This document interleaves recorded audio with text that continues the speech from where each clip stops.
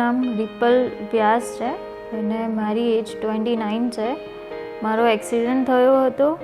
ત્યાંથી મારી ઇન્જરી જોઈને મને સરસ્વતી હોસ્પિટલમાં લાવવામાં આવ્યા હતા. મને ડૉક્ટરે એક્સરે કર્યા પછી કહેલું મલ્ટિપલ ફ્રેક્ચર્સ છે, જો ઓપરેશન કરવું પડશે.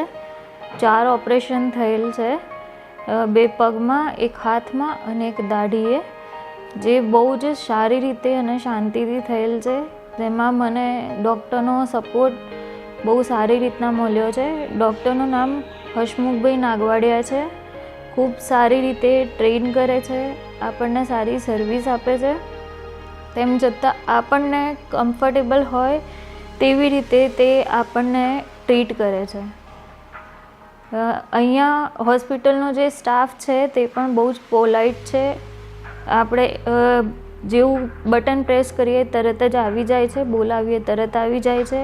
ઇન્જેક્શન આપવામાં કે બ્લડ કલેક્શનમાં કોઈ બી રીતે કોઈ પણ પ્રકારની તકલીફ આવતી નથી. બહુ જ વ્યવસ્થિત, શાંતિથી, પોલાઇટલી અને બહુ જ ક્લીન અને શાંતિથી આપણી સાથે વ્યવહાર રાખે છે. અહીંયાનો નર્સિંગ સ્ટાફને બહુ જ સપોર્ટ આપે છે. અહીંયાનું ફૂડ પણ ઘણું સારું હોય છે. મારે અત્યારે હાલ લિક્વિડ ડાયટ ચાલે છે, જે મને ટાઈમ ટુ ટાઈમ મળી રહે છે. એવરી 2 hours કોઈ બી ફ્રૂટ જ્યુસ આવે છે, મગનું પાણી, દાળનું પાણી આવતું હોય છે. દર 2 કલાકે તે લોકો પાણી માટે બી પૂછવા આવે છે, તમે પાણી પીધું, દવા રેગ્યુલર ટાઈમે આપવા આવે છે, બાટલો રેગ્યુલર ચેક કરવા આવે છે. કોઈ પણ પ્રકારની તકલીફ આ હોસ્પિટલમાં પડતી નથી. બહુ જ સારી સર્વિસ મળી રહે છે.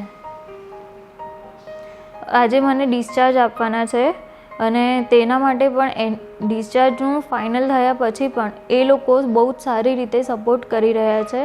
નર્સિંગનો સ્ટાફ પણ બહુ જ સારી રીતે સપોર્ટ કરી રહ્યો છે. હોસ્પિટલનો સ્ટાફ ખૂબ જ પોલાઇટ છે અને અહીંયા આગળ મને પોઝિટિવ વાઇબ્સ મળી છે.